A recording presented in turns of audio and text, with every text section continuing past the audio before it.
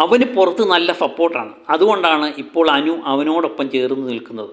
ഇത് പറയുന്നത് വേറെ ആരുമല്ല, അക്ബറാണ്. അക്ബർ അഭിലാഷിനോട് പറയുകയാണ് പുറത്തെ കാര്യങ്ങളെപ്പറ്റി.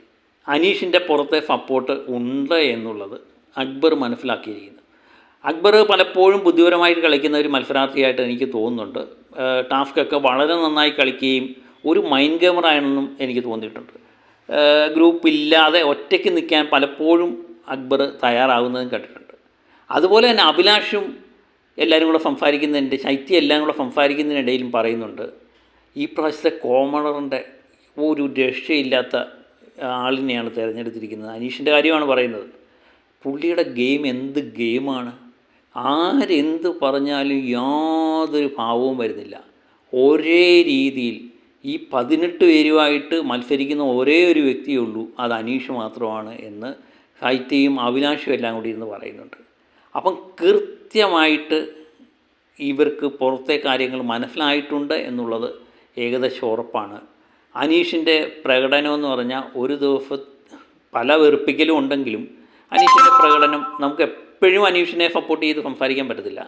പക്ഷേ അനീഷിൻ്റെ പുറത്തെ നല്ല സപ്പോർട്ടുണ്ട്. ബിഗ് ബോസിലെ എനിക്ക് തോന്നുന്നു ഇപ്പോഴത്തെ ഒരു മത്സരാർത്ഥികളിൽ വെച്ച് അനീഷ് മാറിക്കഴിഞ്ഞാൽ അവിടുത്തെ പ്രകടനം വളരെ പരിതാപകരമായ അവസ്ഥയാണ്.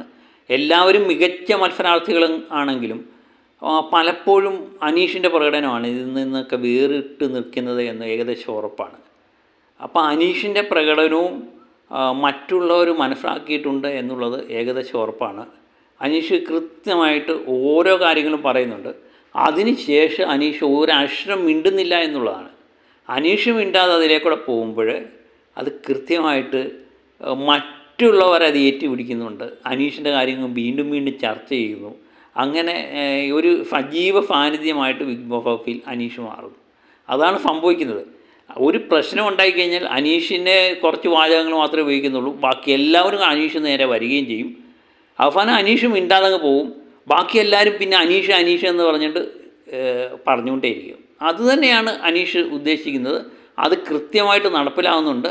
വരും ദിവസങ്ങളിൽ അനീഷിൻ്റെ ഈ തന്ത്രം മനസ്സിലാക്കി മറ്റു മത്സരാർത്ഥികൾ എങ്ങനെ പെരുമാറുന്നു എന്നതിനെ ആശ്രയിച്ചിരിക്കും ഈ ബിഗ് ബോസിൻ്റെ ബാക്കിയുള്ള മത്സരാർത്ഥികളുടെയൊക്കെ വിധി നിശ്ചയിക്കുന്നത്.